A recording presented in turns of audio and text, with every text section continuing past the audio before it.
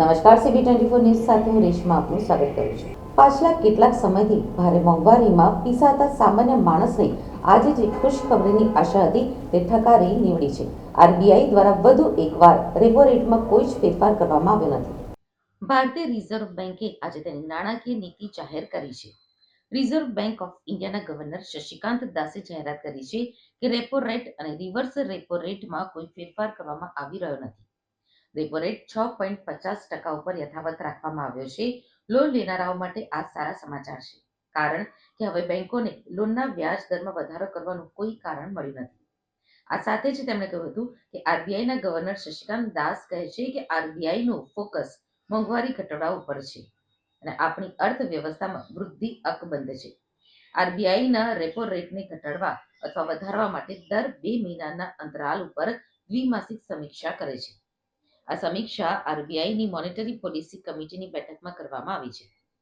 એમપીસીની બેઠક સામાન્ય રીતે 3 દિવસ માટે યોજવામાં આવે છે, પરંતુ ખાસ સંજોગોમાં તે પણ 1 દિવસમાં પૂર્ણ થાય છે.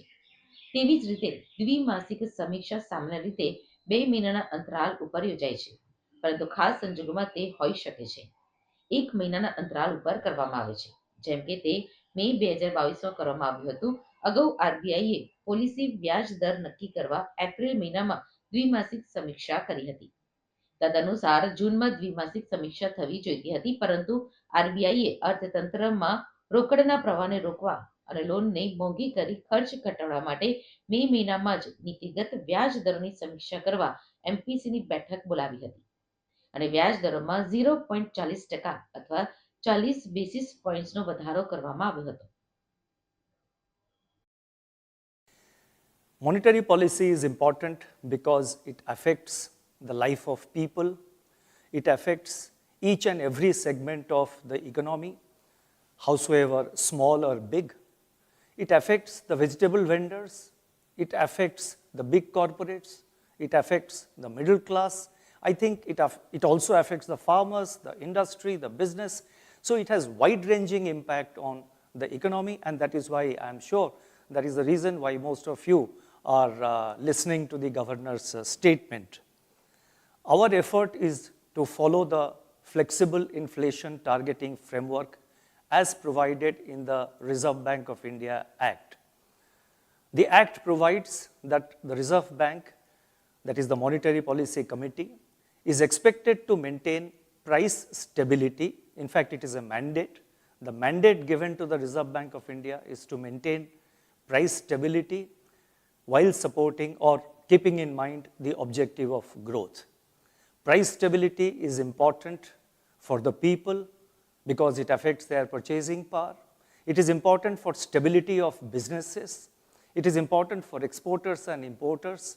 It is important for every segment of the economy. So price stability is important. At the same time, growth is also very important. As an economy, India has been growing in the last 3 years at more than 8%. Growth, that is the GDP growth, the growth of the gross domestic product, is also very important.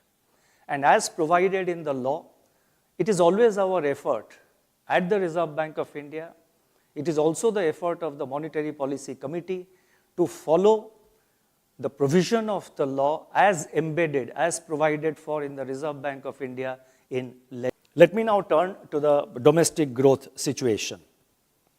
Growth in real GDP in the second quarter of this year at 5.4% turned out to be much lower than anticipated.